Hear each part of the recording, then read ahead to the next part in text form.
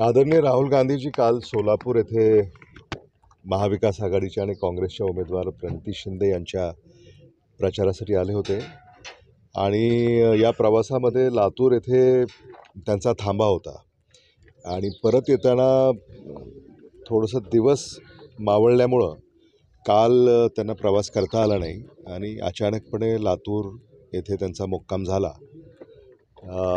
लातूर येथील काँग्रेसच्या आणि महाविकास आघाडीच्या कार्यकर्त्यांनी त्यांचं स्वागत केलं, त्यांची भेट घेतली आणि एकंदरीतच मराठवाड्यातल्या या निवडणुकांच्या परिस्थितीबाबत त्यांनी माहिती जाणून घेतली आणि त्या माहितीशी आम्ही त्यांना अवगत केलं। स्थानिक माहितीसुद्धा त्यांनी या ठिकाणी आमच्याकडनं समजून घेतली आणि एकंदरीतच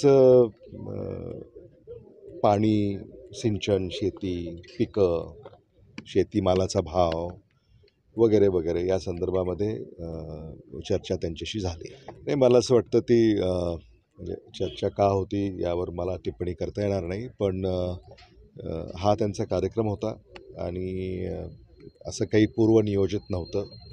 अचानकपणे हा थांबा झाला, हेच वस्तुस्थिती आहे। थँक्यू।